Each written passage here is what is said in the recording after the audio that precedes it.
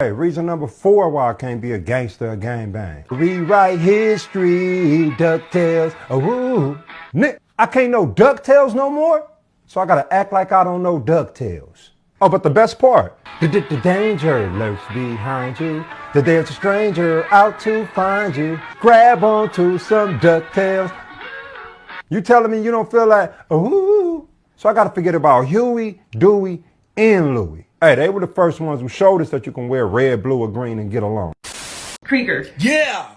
Why are you so mad? Because I'm a house cat, but I want to go out and roam like a lion in the jungle, but you never let me outside. Ever. What's up, YouTubeverse? It's your boy RB back again for another one. The Denver Nuggets won it all. Ben Simmons is working out. You know what that means. Everybody beware, because Ben's going to be a beast next year.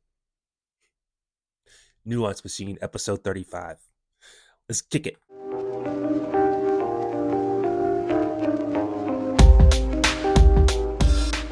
Before we get started, please hit that like and subscribe button.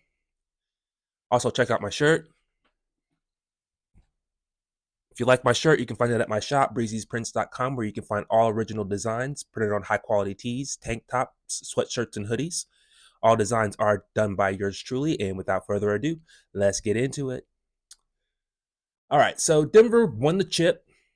Congratulations to them. First championship in franchise history. Jokic traded his MVP for a championship, for a finals MVP. Yeah, they have a really good team, man. Really good team. They're going to be really good for a long time. I'm really happy for Jamal Murray. First off, he's a former Wildcat. And secondly, he has one of the best stories in all of sports. To go from tearing his ACL to being a key piece in this championship run just 2 years later, like, that's phenomenal. Just amazing. So congratulations to him.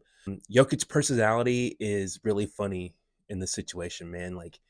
He just doesn't really get too high or too low, and I guess he doesn't understand champagne showers.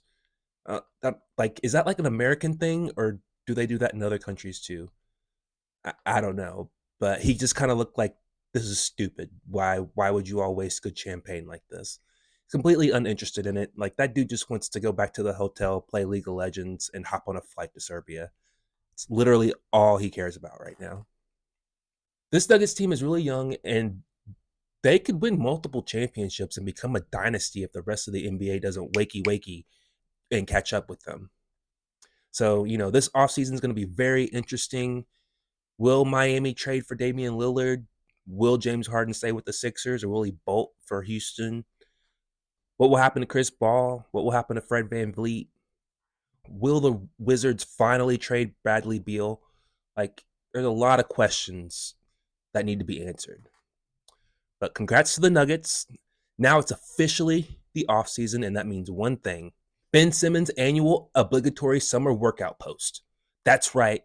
It's that time of year again where we get Ben's best acting performance. This time it wasn't even a video, man. It was just pictures. Who's falling for this? Who is falling for this? When will this guy learn a lesson? So if you don't know, I'll recap the Ben Simmons story just very quickly for you. Ben Simmons was drafted by the Philadelphia 76ers with the number 1 overall pick in 2016. And tell me if you've heard this one before.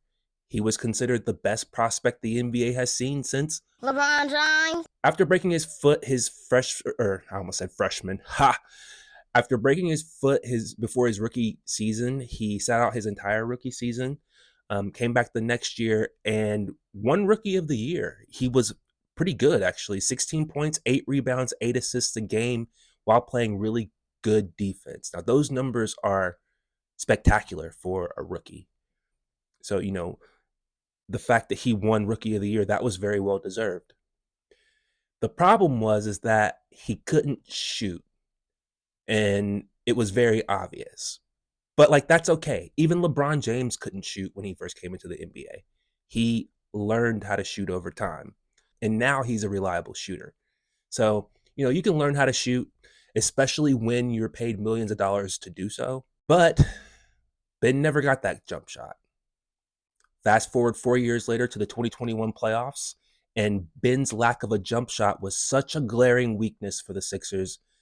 The Hawks were like obviously taking advantage of it, and it really got into Ben's head. He was shooting 34% from the free throw line. That's so bad that he wouldn't even attempt a layup just for the fear of getting fouled. And then this infamous moment happened. Spins on Gallinari, gives it up. Oh, he was right there. Boy, Simmons, uncontested, had a layup, but he leaves it for Thibault. So he would be criticized by his coach and teammates, and he would never play for the Sixers again. He requested a trade and sat out the entire next season just to make his point. His spot was taken over by Tyrese Maxey, and the rest is history. The Sixers were forever better off, and Tyrese Maxey turned out to be an excellent player. Ben just never improved, man. Never improved. Look at the stats from his first 4 seasons in Philly. Look at that. All these years look all very similar. No significant improvement in any part of his game. Compare those numbers to the numbers of Tyrese Maxey, his first 3 seasons.